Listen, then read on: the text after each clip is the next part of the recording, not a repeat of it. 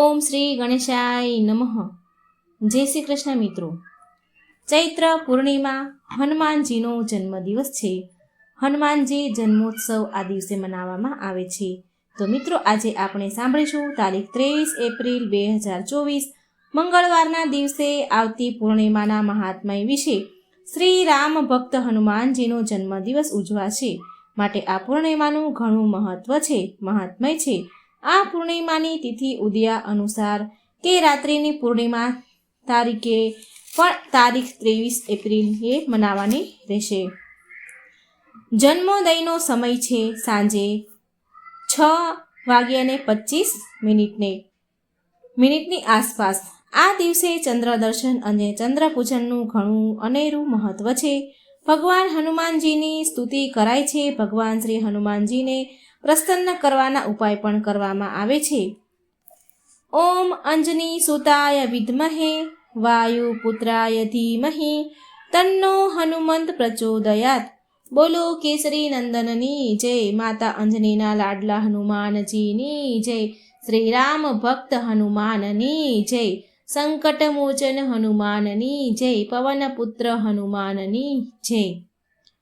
બધા જ ભક્તોને શ્રી હનુમાનજીના જન્મોત્સવ નિમિત્તે હાર્દિક શુભકામના. ભગવાન શ્રી હનુમાન તમારા ઉપર સદાય કૃપા દ્રષ્ટિ રાખે, તમારા સંકટો દૂર કરે એવી પ્રાર્થના છે મિત્રો. ચિરંજીવી દેવ હનુમાનજીની કૃપા આજે પણ સર્વ ભક્તો પર વરસતી રહે છે. આ દિવસે શ્રી હનુમાનજીના જન્મોત્સવ મનાવાય છે. જો કે આખા વર્ષમાં હનુમાનજીનો જન્મદિવસ 2 વખત આવે છે. પહેલો કારતક માસની વદ પક્ષની જે 14ની તિથિ હોય છે એ દિવસે, જેને આપણે કાળી ચૌદસ તરીકે મનાવીએ છીએ, ત્યારે હનુમાનજીનો જન્મદિવસ મનાવાય છે. બીજો છે આ ચૈત્ર માસની પૂર્ણિમાના દિવસે. કહેવાય છે કે જ્યારે શ્રી હનુમાનજી સૂર્યનારાયણને લાલ ફળ સમજીને મોઢામાં લઈ લીધા હતા, ત્યારે જગતમાં અંધકાર વ્યાપી ગયો. ત્યારે ઇન્દ્ર વગેરે દેવતાઓ ખૂબ જ ક્રોધે ભરાણા. ત્યારે ભગવાન સૂર્યનારાયણને ખાવા માટે શ્રી હનુમાનજી ઉપર ઇન્દ્રદેવે વજ્રથી પ્રહાર કર્યો, જેથી હનુમાનજી મૂર્છિત થઈ ગયા અને ધરતી પર પડી ગયા. અને જે પવનદેવ છે તે હનુમાનજીના પિતા કહેવાય છે, હનુમાનજીના પિતા છે તે નારાજ થઈ ગયા. તેમને બહુ ગુસ્સો આવ્યો, ક્રોધ આવ્યો. માટે તેમણે પવનદેવે જગતમાં જે વાયુ પ્રવાહ વહી રહ્યો હતો તે બ્રહ્માંડમાં બ્રહ્માંડમાં હલનચલન થઈ રહ્યું હતું તે પવનદેવે બધું રોકી દીધું. માટે સૃષ્ટિમાં હાહાકાર મચ્યો. બધા જ દેવી દેવતાઓ પવનદેવને પ્રાર્થના કરવા લાગ્યા કે વાયુનો પ્રવાહ રોકો નહીં તો બધા જ જીવ સૃષ્ટિ પરના મૃત્યુ પામશે, હરેક જીવ મૃત્યુ પામશે. ત્યારે બ્રહ્માજીએ પવનપુત્ર હનુમાનજીને બીજું નવું જીવન આપ્યું. એટલે હનુમાનજી મૂર્છિત થઈને નિષ્ક્રિય થઈને જમીન પર પડી ગયા હતા. ત્યારે બધા જ દેવી દેવતાઓ હનુમાનજીને શક્તિ આપી અને હનુમાનજીને આમ બીજો જન્મ કહેવાય છે. માટે હનુમાનજીને 2 વખત જન્મદિવસ મનાવાય છે, જેને આપણે હનુમાન જન્મોત્સવ તરીકે ઉજવીએ છીએ. આમ 2 વખત શ્રી હનુમાનજીનો જન્મ ઉત્સવ મનાવાય છે. વાલ્મીકી રામાયણ અનુસાર ચૈત્ર માસની પૂર્ણિમાના દિવસે શ્રી હનુમાનજીનો જન્મ થયો હતો અને કાર્તિક માસની ચતુર્દશીના દિવસે સીતાજીએ હનુમાનજીને વરદાન આપ્યું હતું ચિરંજીવી થવાનું. એટલા માટે પણ 2 વખત જન્મદિવસ મનાવાય છે. આમ જુદી જુદી ધારણાઓ છે મિત્રો. આ દિવસે હનુમાન જન્મોત્સવના દિવસે હનુમાનજીના કવચ પાઠ, હનુમાન ચાલીસા પાઠ, હનુમાનજીના સુંદરકાંડ પાઠ, બજરંગ બાણ પાઠ, હનુમાનજીના 108 નામ, હનુમાનજીનું સહસ્ત્ર નામ પાઠ અને હનુમાનજીની કથાઓ વાર્તાઓ સાંભળવાનો ખૂબ જ મહિમા છે. ભગવાન હનુમાનજીના પૂજા આરાધના કરવાથી ભક્તોને મનોવાંછિત ફળ મળે છે. માટે મિત્રો આ દિવસે કથા વાર્તા, ભગવાનની પૂજા અર્ચના જરૂર કરજો. હનુમાનજીને પ્રસન્ન જરૂર કરજો. પણ મિત્રો યાદ રાખજો કે હનુમાનજીની સાથે શ્રી રામ અને સીતાજીનું, રામ સીતા લક્ષ્મણનું પણ પૂજન કરવું ખૂબ જ જરૂરી છે. ભગવાન રામ વગર હનુમાનજી પૂજા સ્વીકારશે નહીં. માટે ભગવાન રામની પૂજા તમે અવશ્ય કરજો. તો આપણે આજે આ દિવસે નિમિત્તે ભગવાન શ્રી રામની હનુમાનજી સાથે જોડાયેલી કથાઓ આપણે સાંભળીશું. મહાવીર હનુમાનજીને ભગવાન શિવનો 11મો રુદ્ર અવતાર કહેવામાં આવે છે. અને એ પ્રભુ શ્રીરામના અનન્ય ભક્ત પણ છે. હનુમાનજીએ વાનર જાતિમાં જન્મ લીધો છે. તેમની માતાનું નામ અંજની અને તેમના પિતાનું નામ વાનર રાજ કેસરી છે. આ કારણથી હનુમાનજીને આપણે અંજનાએ અને કેસરી નંદન વગેરે નામથી પણ બોલાવાય છે. હનુમાનજી જન્મોત્સવ નિમિત્તે હનુમાન જન્મની એક કથા આપણે સાંભળીએ. ઘણી બધી અનેક પૌરાણિક કથાઓ છે મિત્રો, જે મારા ધ્યાનમાં છે એ બધી જ કથા હું તમને આ વિડીયોમાં કહીશ કે હનુમાનજીની 2-3 રીતે જન્મની કથા શાસ્ત્રોમાં વર્ણન કરેલી છે. તો આપણે આ એક કથા સાંભળીએ કે એકવાર અયોધ્યાના રાજા દશરથે તેમની પત્નીઓ સાથે પુત્રેષ્ઠી હવન કરી રહ્યા હતા. આ હવન પુત્ર પ્રાપ્તિ માટે કરવામાં આવી રહ્યો હતો. હવન સમાપ્તિ પછી ગુરુદેવે પ્રસાદની ખીર 3 રાણીઓને થોડી થોડી વહેંચવાનું કહી દીધું અને એ સમયે ત્યાં એક સમડી આવી અને એણે ખીરનો એક ભાગ લઈ અને તેની સાથે લઈ લીધો અને એક ખીરનો ભાગ લઈને ઉડી અને એ ત્યાં એ પ્રસાદ લઈ ગઈ જ્યાં અંજની માતા તપસ્યા કરી રહ્યા હતા. આ બધું ભગવાન શિવ અને વાયુદેવની ઈચ્છાની અનુસાર થઈ રહ્યું હતું. તપસ્યા કરતા કરતા અંજના માતાના હાથમાં જ્યારે ખીર આવી તો એણે ભગવાન શિવનો પ્રસાદ સમજીને ગ્રહણ કરી લીધો હતો. અંજની માતા આંખો બંધ કરીને તપસ્યા કરી રહ્યા હતા એટલે એના હાથમાં અચાનક ખીર આવી તો એણે શિવજીનો પ્રસાદ માન્યો અને એણે ગ્રહણ કરી લીધો અને એ પ્રસાદના કારણથી હનુમાનજીનો જન્મ થયો હતો. અને અન્ય કથાના અનુસાર એક દિવસ માતા અંજની પર્વતના શિખર પર ઊભા હતા ત્યારે સૂર્યદેવના તેજથી તેની સુંદરતામાં લીન હતા માતા અંજના. ત્યારે ત્યાં બહુ તેજ હવા શરૂ થઈ ગઈ. બહુ પવન ફૂંકાવા લાગ્યો અને હવાનો વેગ એટલો બધો તેજ થઈ ગયો કે માતા અંજનીના વસ્ત્ર પણ ઉડવા લાગ્યા. તેમણે વિચાર્યું કે આ જરૂર કોઈ દાનવ કે અસુરની ઉત્દંડતા હોઈ શકે છે. એટલે કે અંજની માતા ક્રોધિત થઈને બોલ્યા કે આ કોણ અભદ્ર છે જે મારા જેવી એક પતિવ્રતા પતિપારાયણ સ્ત્રીનું અપમાન કરવાની ચેષ્ટા કરી રહ્યું છે. ત્યારે તેમની સમક્ષ પવનદેવ પ્રગટ થયા અને ક્ષમા માંગતા બોલ્યા કે હે દેવી, મને માફ કરો અને શાંત થઈ જાઓ. તમારા પતિને જે વરદાન પ્રાપ્ત થયું છે એ અનુસાર તેમને મારા સમાન મારા જેવો એક શક્તિશાળી પુત્ર થશે. આ વરદાનને પૂરી કરવા માટે મજબૂર થઈને વિવશ થઈને મેં તમારા શરીરનો સ્પર્શ કર્યો છે. મારા સ્પર્શના માધ્યમથી રુદ્ર દેવતાનો એક અંશ પણ તમારા શરીરમાં પ્રવેશ કરી ચૂક્યો છે. માટે મહાદેવના અવતારના રૂપમાં તમારો પુત્ર આ ધરતી પર જન્મ લેશે. ત્યાર પછી ભગવાન શિવ મહાબલી હનુમાનના રૂપમાં વાનર રાજના ત્યાં જન્મ લીધો હતો. કાર્તિક કૃષ્ણ ચતુર્દશી મહાદિશામાં અંજના માતાના ઉદરમાંથી હનુમાનજીનો જન્મ થયો હતો. સૂર્ય ઉદય થતાં જ હનુમાનજીને ખૂબ ભૂખ લાગી. માતા અંજના તેમના માટે ફળ લાવવા ગયા અને આ તરફ લાલ કલરના સૂર્ય ભગવાનને જોઈ હનુમાનજી તેમને ફળ માનીને હનુમાનજી તેને લેવા માટે આકાશમાં ઉછળીને કૂદકો માર્યો. એ દિવસે અમાસ હોવાના કારણે સૂર્યને ગ્રસવા માટે રાહુ આવ્યો હતો, પરંતુ હનુમાનજીને બીજા રાહુ માની અને તે રાહુ ત્યાંથી ભાગી ગયા. સૂર્યને ક્યાંક હનુમાન ગળી ન જાય આ માટે ઇન્દ્રદેવ પ્રગટ થયા અને તેમણે હનુમાનજી ઉપર વજ્રનો પ્રહાર કર્યો.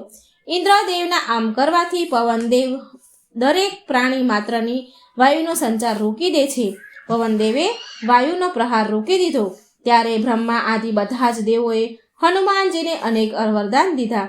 બ્રહ્માજીએ અમિત આયુનું વરદાન આપ્યું. ઇન્દ્રદેવે વજ્રથી ક્યારે પ્રતાડિત ન થાય, વજ્રથી ક્યારે એને હાનિ ન થાય એવું વરદાન હનુમાનજીને દીધું. સૂર્યદેવે તેમના તેજથી યુક્ત સંપૂર્ણ શાસ્ત્રોના વિષયજ્ઞ થવાનું વરદાન આપ્યું. વરુણદેવે પાશ અને જળથી અભય રહેવાનું વરદાન આપ્યું. યમરાજાએ યમદંડથી અપવદ અને પાશથી નાશ ન થવાનું વરદાન દીધું. કુબેરજીએ શત્રુ મર્દની ગદાથી નિશંક રહેવાનું વરદાન દીધું. ભગવાન શિવે પ્રમદ અને અજય યોદ્ધાઓથી જય પ્રાપ્ત કરવાનું વરદાન દીધું. અને વિશ્વકર્માએ મયના બનેલા બધા જ પ્રકારના કર્મધ્ય અને અસહનીય શસ્ત્ર અસ્ત્ર તથા યંત્રો વગેરેથી કોઈ પણ ક્ષતિ, કોઈ પણ હાનિ એમને ન થાય એવું વરદાન આપ્યું. આ પ્રકારે બધા જ વરદાન મેળવીને આગળ જઈને હનુમાનજી અમિત પરાક્રમના જે કામ કર્યા છે એ બધા જ હનુમાન ભક્તો જાણે છે, પ્રસિદ્ધ છે. આ બધી હનુમાનજીની જન્મની કથા હતી. હનુમાન જન્મોત્સવના દિવસે અભિજીત વ્રતમાં હનુમાનજીની વ્રત પૂજા કરવાનું બહુ શુભ માનવામાં આવ્યું છે. ઉત્તર પૂર્વ દિશામાં એક પાટલા પર લાલ કપડું પાથરી મૂકીને હનુમાનજીની સાથે ભગવાન શ્રીરામના ફોટાની સ્થાપના કરવી. હનુમાનજીને લાલ અને શ્રીરામને પીળા ફૂલ અર્પણ કરવા. લાડુ સાથે સાથે તુલસી દળ પણ અર્પણ કરવા.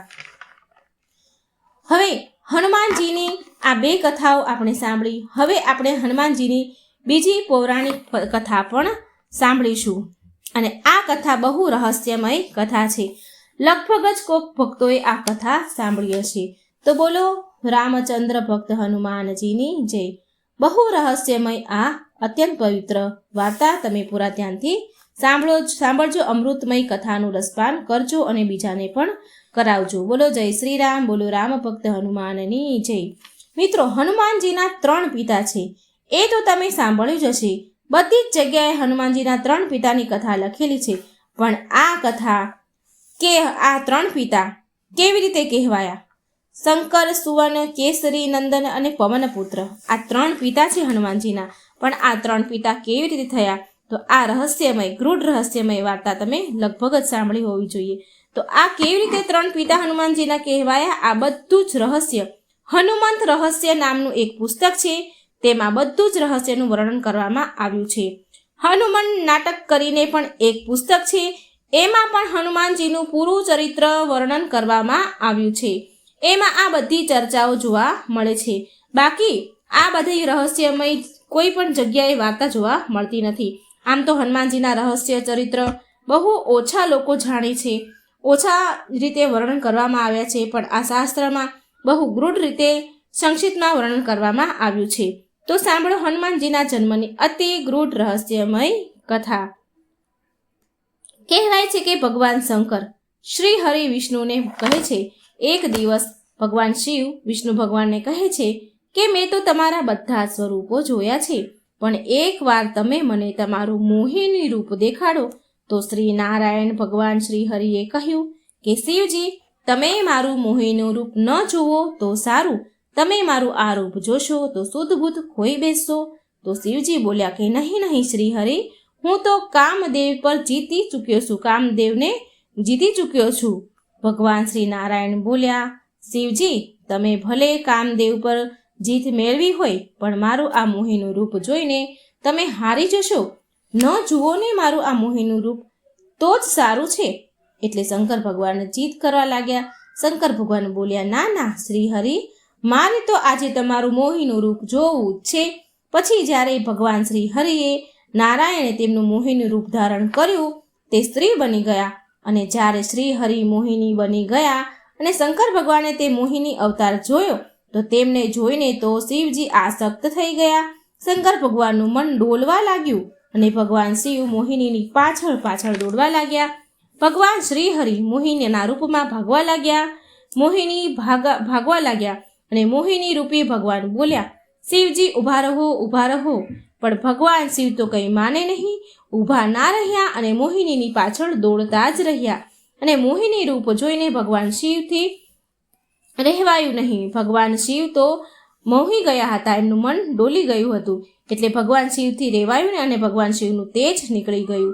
એ તેજ પછી ભગવાન શ્રી હરિ મોહિનીના રૂપમાં હતા તો તે તરત જ તેમના વિષ્ણુ સ્વરૂપમાં, અસલ સ્વરૂપમાં આવી ગયા. અને એ શિવજીના તેજને તેને તેના હાથમાં ધારણ કરી લીધું, હાથમાં લઈ લીધું અને કહ્યું કે જો આ શિવજીનું તેજ પૃથ્વી પર પડશે તો આખી પૃથ્વી વિનાશ થશે, આખી પૃથ્વી નષ્ટ થઈ જશે. હવે આ તેજનું શું કરવું? આમ વિચાર કરવા લાગ્યા. હવે પછી આ તરફ ગૌતમ ઋષિની પત્ની અહલ્યા માતાને એક દીકરી હતી. એ હતી અંજના. અંજની એની દીકરી છે. માતા અંજની અહલ્યાની દીકરી છે. હવે અહલ્યાની દીકરી અંજનીને કોઈકે બાળપણમાં એવું કહી દીધું હતું કે અંજની, તું કુંવારા માતા બનીશ અને બાળકને જન્મ આપીશ. તો એ જ સમયથી અંજની માતાએ પ્રતિજ્ઞા લીધી હતી કે હું કોઈ પણ પુરુષને ક્યારેય જોઈશ નહીં.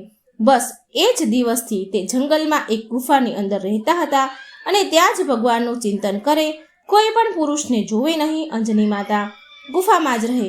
હવે આ બધું શંકર ભગવાનનું તેજ હાથમાં લઈને, આ બાજુ ભગવાન વિષ્ણુ શંકર ભગવાનનું તેજ હાથમાં લઈને નારાયણ અને શિવજી બંને પૃથ્વીલોક પર ચાલ્યા અને જ્યાં અંજની માતા ગુફામાં રહેતા હતા ત્યાં આવ્યા. તો માતા અંજની ગુફામાં હતા તો ભગવાન નારાયણે સંતનું રૂપ, સાધુનું રૂપ ધારણ કર્યું અને ગુફાની બહાર આવી અને ઊભા રહી ગયા અને એમને બૂમ પાડી.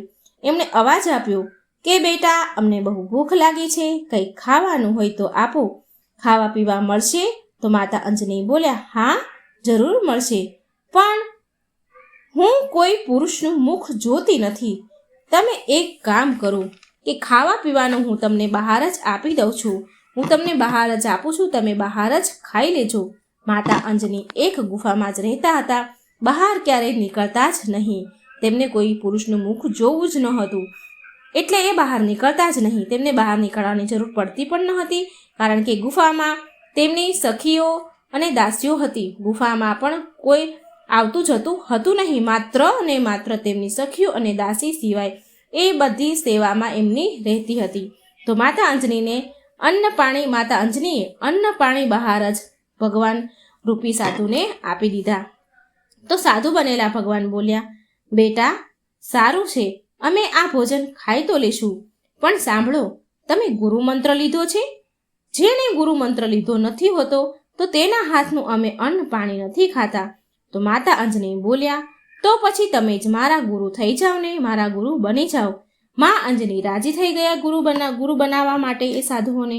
તો સાધુ રૂપી ભગવાન બોલ્યા કે તો પછી તમારો કાન દેખાડો, તમારા કાનમાં હું ગુરુ મંત્ર આપું, તમારું કાન ધરો. એટલે માતા અંજનીએ તેમનો કાન ધર્યો. હવે આ તો ભગવાન નારાયણ હતા.